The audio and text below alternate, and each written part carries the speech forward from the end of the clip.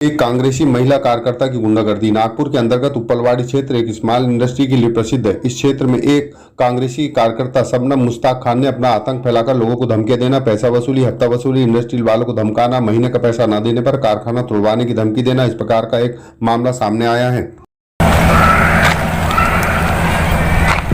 मैं बजरंगी मौर्य उत्तर प्रदेश का रहने वाला हूँ, गोविंदगढ़ का रहवासी हूँ, कामठी रोड। उसके बाद मेरा कारखाना है यहाँ पे जेसीबी रिपेयरिंग का, और इसके पहले मैं बाजू में 3 साल किराए चलाया, तब किसी को तकलीफ नहीं था। उसके बाद मैंने परमिशन लिया यहाँ से, सबकी साइन लिया, सबकी सहमति से मैंने कारखाना डाला।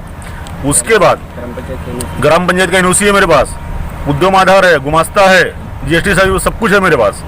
उसके बाद कोई तकलीफ नहीं हुआ इनको। बाद में क्या हुआ, ये ज़बरदस्ती मेरा तोड़ा गया, ठीक है।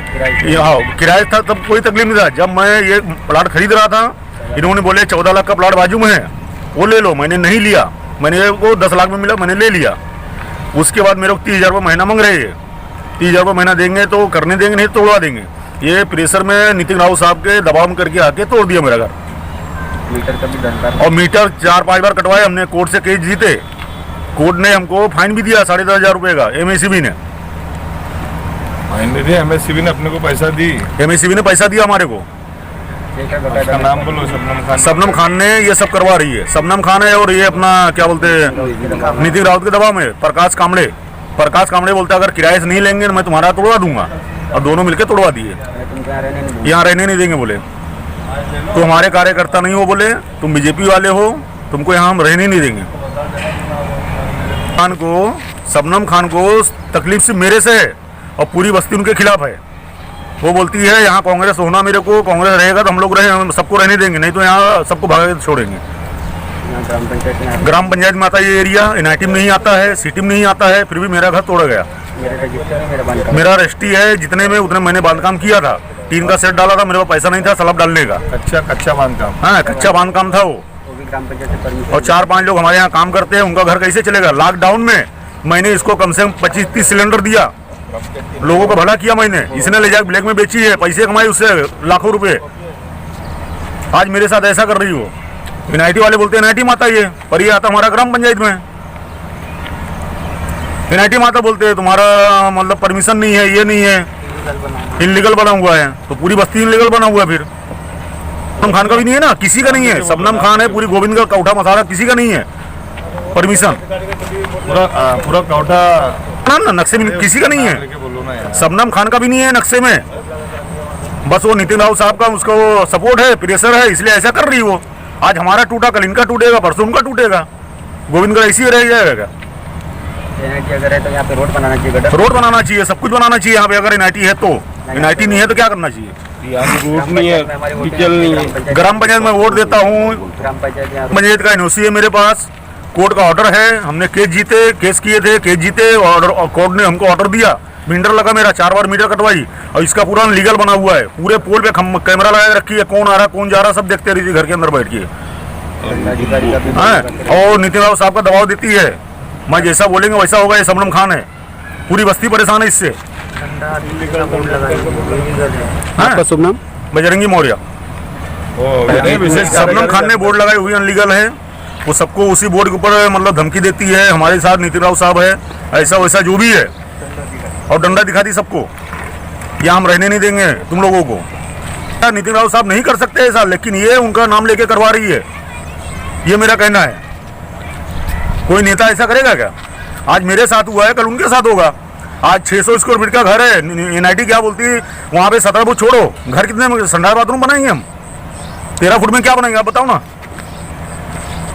आज मेरा 1500 स्क्वायर फीट था, मैंने उसमें सिर्फ 500 में बनाया था। नितिन राउत के साथ सामने मैंने छोड़ा, आज जो मेरा नुकसान हुआ भरपाई कौन देगा?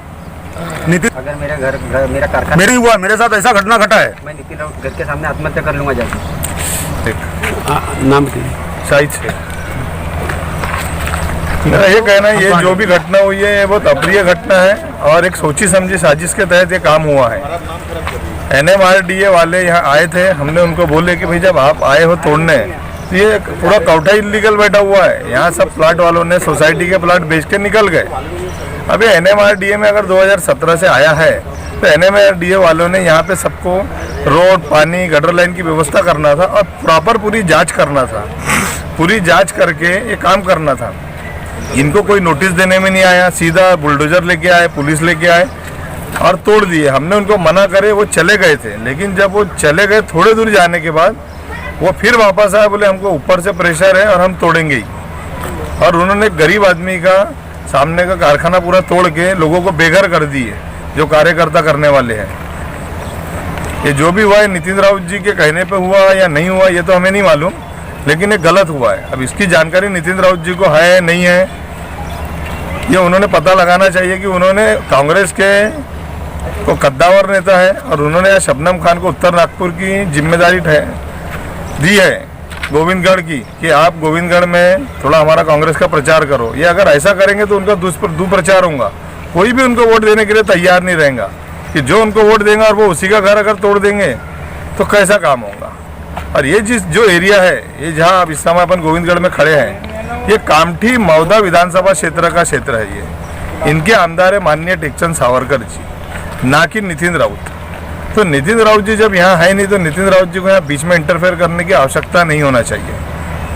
और अपन किसी का भी घर बसाने के लिए बैठे हैं। मोदी जी बोलते हैं लघु उद्योग लगाओ, कारखाने लगाओ, लोगों की मदद करो, मुद्रा लोन दो। और अगर लोग ऐसा करने लग गए तो फिर लोग किसके पास जाएंगे। अब मोदी जी तो यहाँ आ नहीं सकते क्या? नहीं भैया, और हमारी बात वो इतनी जल्दी सुनेंगे नहीं अगर हम पीएमओ में कोई कंप्लेंट भी डालेंगे तो यहाँ का जो लोकल नेता है वही सुनेगा ना। और लोकल नेता अगर हमारे साथ अन्याय करेगा तो हमने किसके पास जाना? फिर हम मीडिया के पास जाएंगे। अब मीडिया के माध्यम से इस चीज़ को जग जाहिर करना पड़ेगा, क्योंकि जितने लोग मकान बनाते हैं उनको पूरी जानकारी नहीं रहती। क्योंकि सोसाइटी के वो बड़े मेहनत के पैसों से मकान लेता है, बड़े मेहनत के पैसों से ईंटें लगाता है और दिन भर वो इतना काम में व्यस्त रहता है कि रोजी रोटी के चक्कर में वो काफ़ी व्यस्त रहता है, उसको कोई जानकारी नहीं रहती। सरकार का इतने एरिया का जो NIT है, NMRDA है या जो भी संस्था है ग्राम पंचायत, उनका काम है कि पहले किसी भी इंसान को सही जानकारी दी जाए और उस सही जानकारी के हिसाब से उनकी मदद की जाए। आज ये तोड़ के उनको क्या मिला? क्या लेथ मशीन का कारखाना आवाज़ करता है? कुछ भी आवाज़ नहीं करता लेथ मशीन कारखाना। 10 फीट के ऊपर आवाज़ नहीं करता लेथ मशीन का। और पूरे सिटी, नागपुर सिटी में हर 2 घर छोड़ के, हर 4 घर छोड़ के वेल्डिंग के कारखाने हैं, पलंग के कारखाने हैं, लेथ मशीन के कारखाने हैं। अगर ऐसा ही लोग आपसी रंजिश और आपसी दुश्मनी निकालते रहेंगे तो कोई भी जिंदा नहीं रहेगा, कोई काम नहीं कर सकेगा। क्या कैसा काम होगा?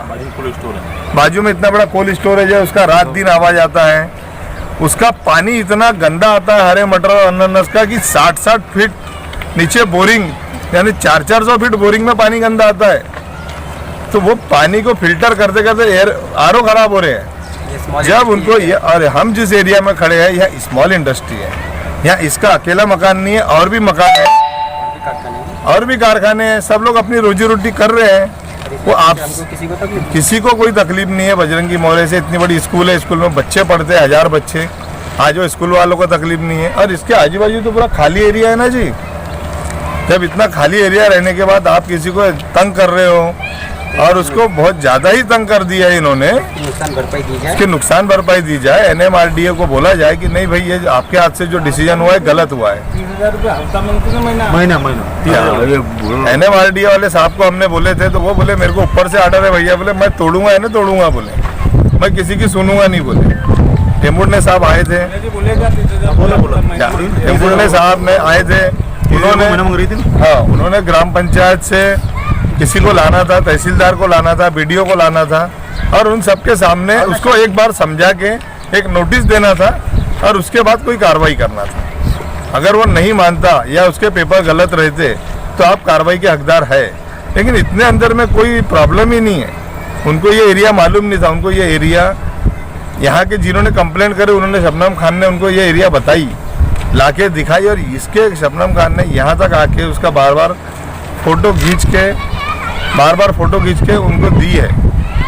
अब नितिन राउत जी से हमारी मुलाकात हम चाहते हैं और उनसे मिलना चाहते हैं। अगर वो हमको समझ दे और उनको यहाँ की प्रॉब्लम पता चले तो ये उनका वोट बैंक है, लेकिन ये उनका वोट बैंक कमज़ोर हो गया है। अब हम किसी को भी नहीं बोलेंगे कि उनको वोट दो करके उत्तर नागपुर में, क्योंकि हमारे दोस्त लोग हैं, हमारा उत्तर नागपुर में कारखाना है, हम क्यों देंगे उनको वोट? आज वोट देंगे, कल आके हमारा कारखाना तोड़वा देंगे वो।